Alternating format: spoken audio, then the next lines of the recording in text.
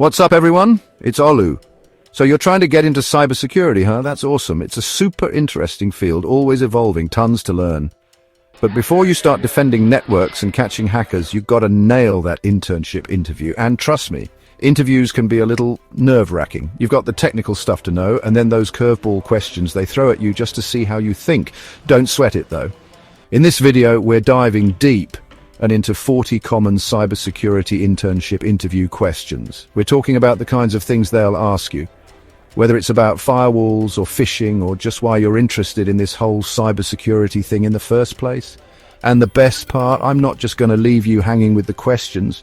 We're going to break down each one, give you solid answers that'll help you crush that interview. We'll unpack technical concepts, talk about security tools, even touch on cloud basics. Whether you're fresh out of school or just starting your career journey, this video is packed with tips and tricks to help you stand out and show them you're ready to dive into the world of cybersecurity. This is your cheat sheet, your guide to acing that interview. Let's get started. Okay, so first up, the classic why cybersecurity question. They want to know what gets you excited about this field. Here's the thing. Be authentic. Was it a specific event, a news story, or maybe a lifelong fascination with tech? For me, it was a bit of both. I've always been curious about how things work, especially computers. But then, reading about those major data breaches, seeing the impact they had, that's when I realized how important cybersecurity really is. It's not just about ones and zeros. It's about protecting people, their data, their privacy, and that's something I can get behind. Plus, the tech side of it always keeps me on my toes. It's like solving puzzles, constantly learning and adapting to new threats. So, yeah, find that thing that resonates with you, that spark that drives your interest, and let them see that passion. All right, let's talk network security. Imagine your computer network is like your house, right? You wouldn't leave your doors and windows wide open, would you? Network security is basically all about securing your digital doors and windows. You're putting up defenses to protect your network and everything on it, from those unwanted visitors, the hackers, the malware, you name it. We're talking firewalls, intrusion detection systems, all those tools that act like your security system. You're controlling who and what can get in and out, making sure only authorized traffic gets through. And of course, you've got encryption, which is like scrambling your valuable stuff. So even if someone breaks in, they can't make sense of it. It's all about layers of protection, making it as hard as possible for the bad guys to get what they want. Let's talk encryption. Imagine you're sending a super secret message, and you don't want anyone except the intended recipient to read it, right? Encryption is like putting that message in a lockbox that only the person with the right key can open. It scrambles your data, whether it's a text message, a file, whatever, into something completely unreadable without that key. In today's digital world, encryption is crucial, especially with all the sensitive information we share online. Think about your online banking, your emails, even your social media messages. Encryption makes sure that even if someone intercepts that data, they can't do anything with it. It's like having a digital bodyguard for your information. Chapter 4. This field moves fast, like really fast. New threats pop up all the time, so staying ahead of the curve is key. For me, it's a mix of things. I'm subscribed to a bunch of security blogs and podcasts. Got to get my daily dose of threat intelligence. Places like ThreatPost, Krebs on security, Dark Reading, they're like my news feeds for all things cybersecurity. And then there's Twitter, where a lot of security researchers and professionals hang out. It's a great way to get real-time updates and insights. Plus, I'm always tinkering in my home lab, trying out new tools, experimenting with different security configurations. It's like a playground for cybersecurity geeks, and it helps me keep my skills sharp. Chapter 5. All right, let's talk firewalls. If network security is like securing your house, then a firewall is your trusty guard dog. It stands between your network, your home, and the big, bad internet, constantly monitoring who's coming and going. Think of it as a set of rules you put in place. You decide what kind of traffic is allowed in and what should be blocked. So, if you get an incoming request that looks suspicious, like someone trying to access your network without permission, the firewall's going to say, "Nope, not today," and shut it down. It's your first line of defense, keeping the bad guys out and protecting your network from unauthorized access. Phishing attacks. They're like the oldest trick in the book, but they still work scarily well. Imagine getting an email that looks totally legit, like it's from your bank or a company you trust. It might say there's a problem with your account. Or you need to verify some information, and they even make it look all official with logos and stuff. But here's the catch. That link they want you to click, that's the trap. It'll take you to a fake website designed to steal your login credentials or other sensitive information. Phishing is all about social engineering, tricking people into letting their guard down. So always be wary of suspicious emails, especially those asking for personal information. We've all heard it a million times, but seriously, strong passwords are non-negotiable. Think of your passwords as the keys to your digital kingdom. You don't want to be using the same weak key for everything. First off, length matters. I'm talking at least 12 characters, the longer the better. And don't even think about using password 123 or your birthday. Mix it up. Uppercase, lowercase, numbers, symbols, throw them all in there. And for each account, use a unique password. That way, even if one gets compromised, your other accounts are safe. Password managers can be lifesavers here, helping you generate and store all those complex passwords securely. Okay. Imagine this, you're monitoring the network and suddenly alarms are going off, you've got a security breach on your hands. First things first, don't panic. I know, easier said than done. But a clear head is key here. You need to act fast and decisively. Containment is priority number one. You've got to isolate the affected system, disconnect it from the network if you have to prevent the breach from spreading. Think of it like a fire. You've got to contain it before it spreads. Then it's investigation time. You need to figure out what happened, what was compromised, how the attackers got in. This is where log analysis comes in handy. Once you understand the scope of the breach, you can start eradicating the threat, removing malware, patching vulnerabilities, whatever it takes to kick the attackers out. Sensitive data. It's the crown jewels of any organization, and you've got to treat it with the utmost care. First and foremost, encryption is your best friend. Whether you're storing data or transmitting it, encryption makes sure it's unreadable to unauthorized eyes. Then there's the principle of least privilege. Only give access to those who absolutely need it to do their job. No need for everyone to have the keys to the kingdom, right? And of course, make sure you're following all the relevant data protection regulations and policies. Stay up to date on things like GDPR, HIPAA, whatever applies to your industry. It's not just about protecting data from hackers, it's about respecting privacy and complying with the law. Think of a vulnerability assessment as a health checkup for your systems. You're basically scanning your network, your applications, everything for any weaknesses or vulnerabilities that attackers could exploit. It's like checking for cracks in your walls before someone tries to break in.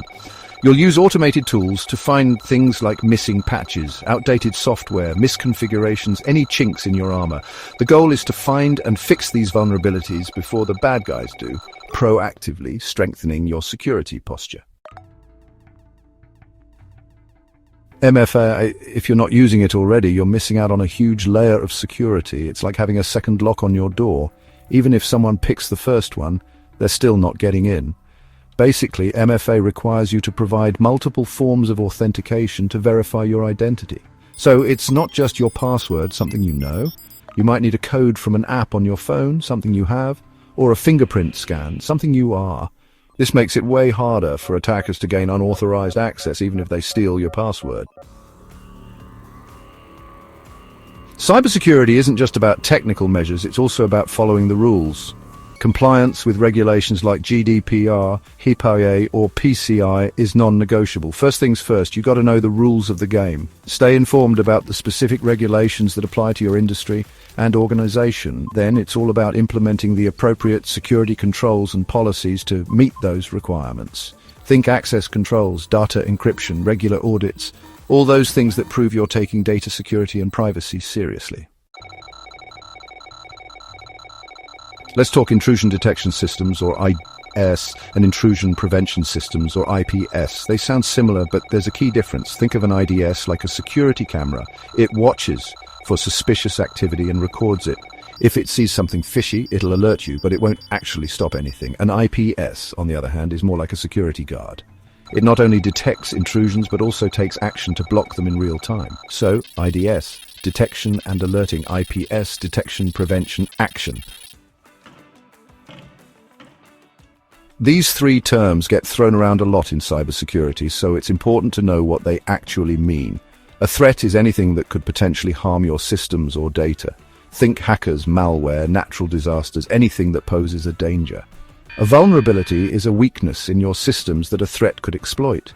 It could be an unpatched software flaw, a weak password, anything that makes you vulnerable.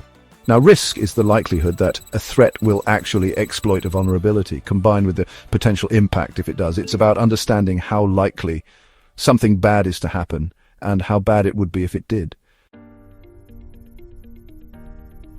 Imagine giving everyone in your organization the keys to the server room, the password to the main database, access to everything. Sounds like a recipe for disaster, right? That's where the principle of least privilege comes in. It's all about giving users only the minimum level of access they need to do their job, nothing more. Why is this so important? Because it limits the damage if an account gets compromised. If someone gets their hands on an account with limited access, they can't do much harm. It's all about containing potential breaches and reducing the impact of insider threats. Bringing a new system online, congratulations. Now, it's time for a risk assessment. Think of this as a thorough checkup before you give the system the green light. First, you got to identify all the valuable assets within that system. The servers, the data, the applications, you name it. Then it's about brainstorming all the potential threats that could target those assets. Once you've got your threats and assets mapped out, you need to assess the likelihood of each threat occurring and the potential impact if it does.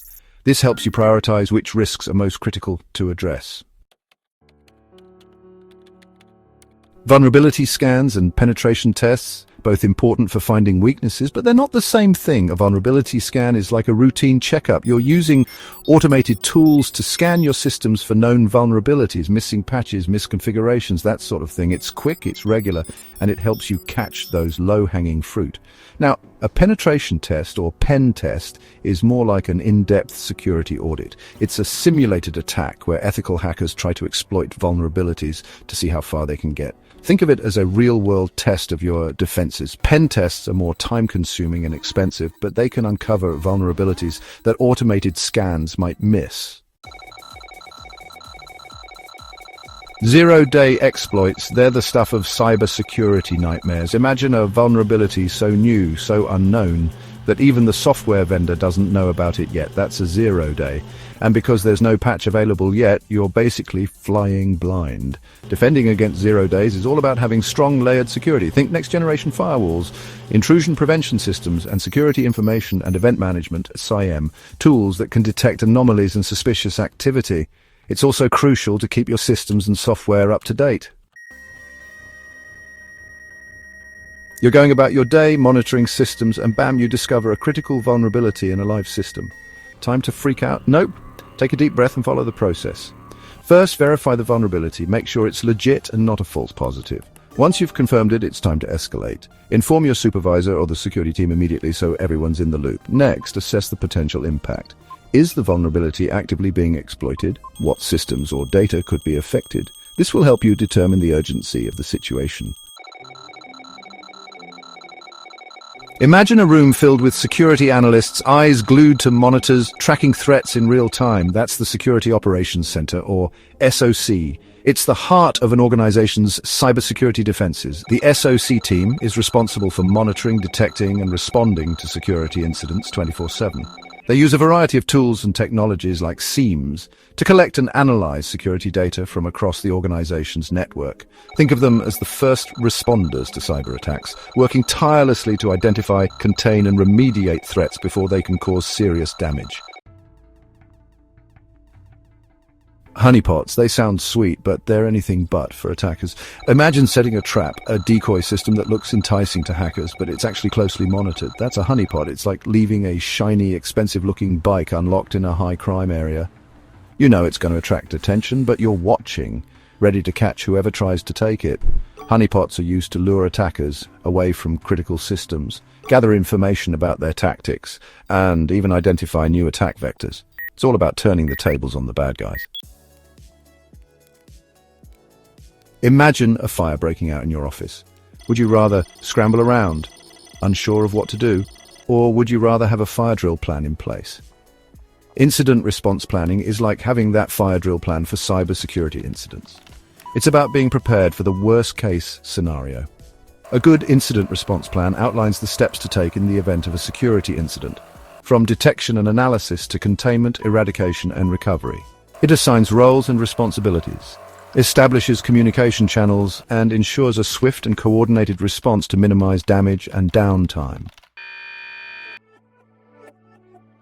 Malware, it's the nasty stuff you don't want anywhere near your systems. But there are different types, each with its own nasty tricks. You've got viruses, which are like those annoying bugs that spread from one computer to another, infecting files and replicating themselves. Then there's ransomware, which is like the digital equivalent of kidnapping. It encrypts your files and holds them hostage until you pay a ransom. And don't forget about worms, which are like those pesky insects that burrow into your systems and spread through networks, often exploiting vulnerabilities to gain access. Knowing your enemy is the first step to defeating them. Social engineering. It's not about hacking computers, it's about hacking humans. Attackers use psychological manipulation to trick people into giving up sensitive information or granting access to systems.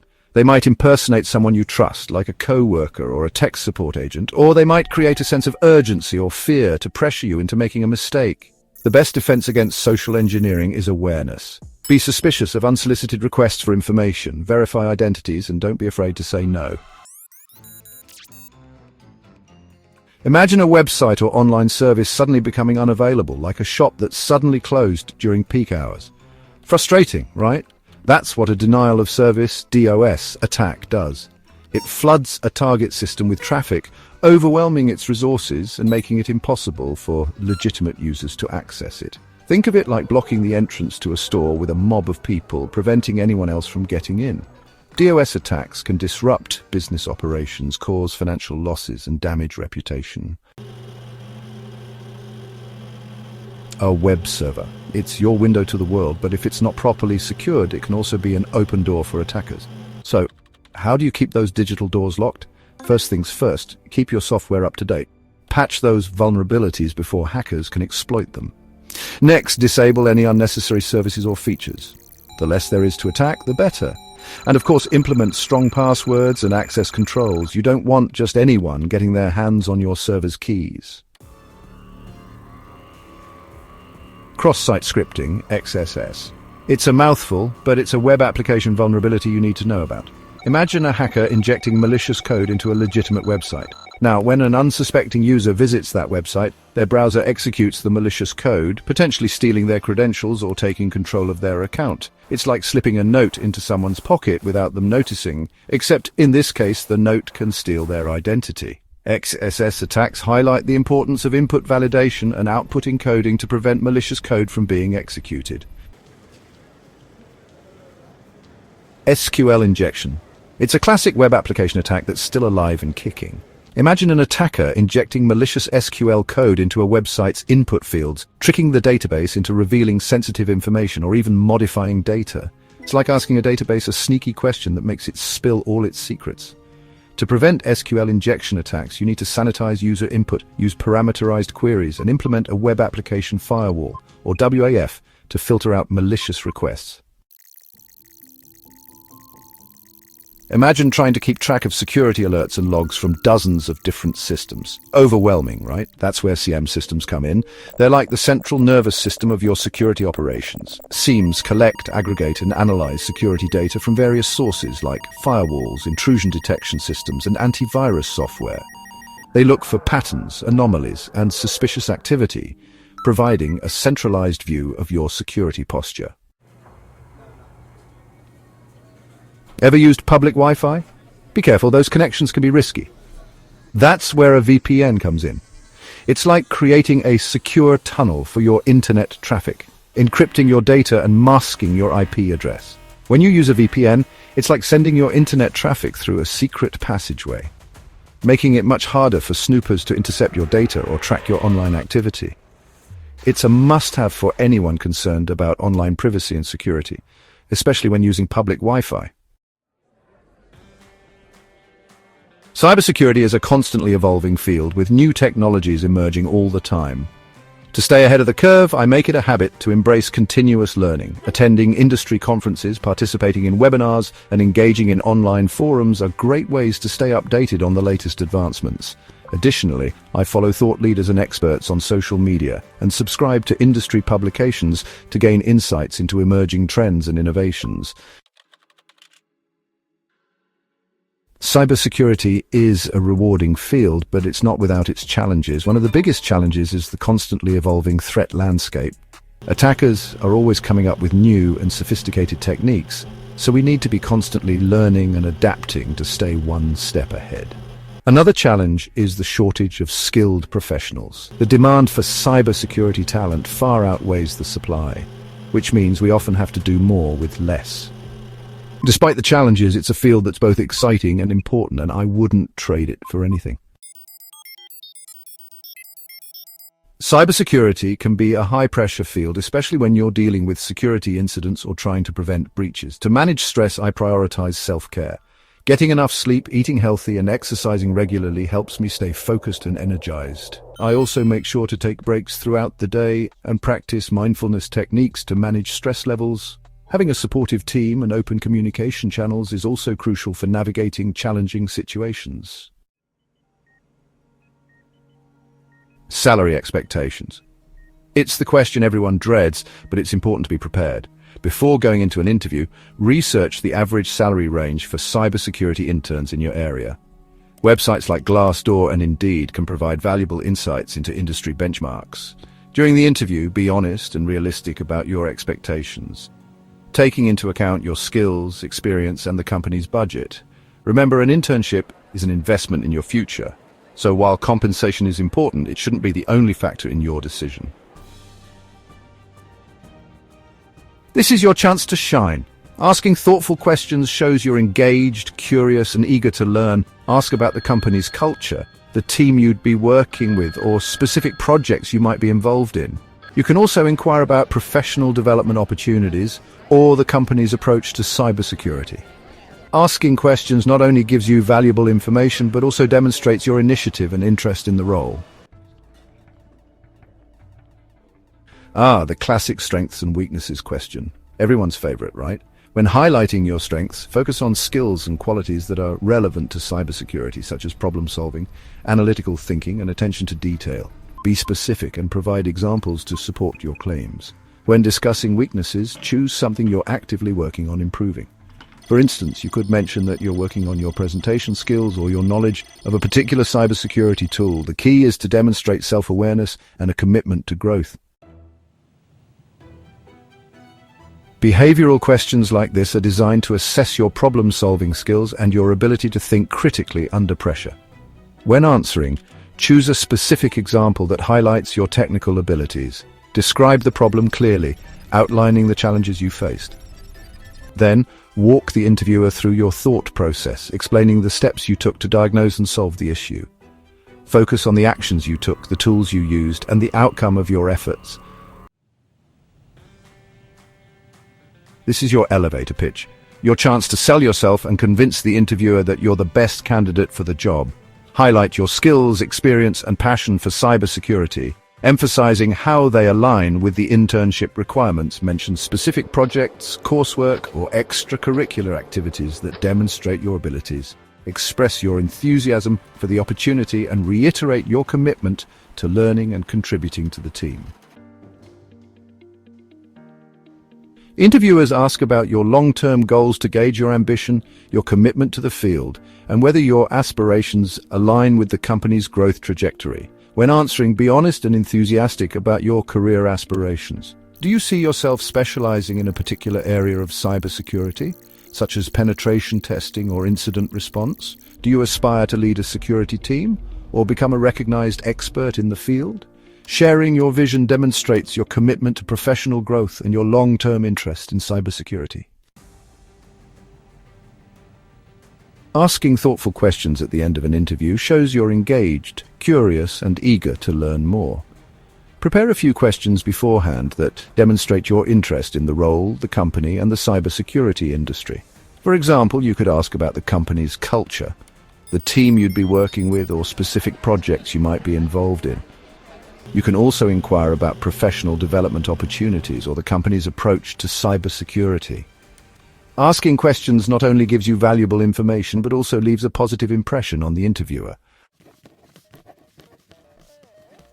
And there you have it, 40 common cybersecurity internship interview questions and answers to help you prepare for success. Remember, practice makes perfect, So take some time to rehearse your answers and get comfortable talking about your skills and experience. The more you practice, the more confident you'll feel during the interview. Most importantly, be yourself, be enthusiastic, and show the interviewer why you're passionate about cybersecurity. The right internship opportunity is out there, and with the right preparation, you'll be well on your way to landing it. Good luck with your interviews, and welcome to the exciting world of cybersecurity. Don't forget to like this video if you found it helpful, and subscribe to my channel for more cybersecurity tips and tricks. Until next time, stay safe and keep learning.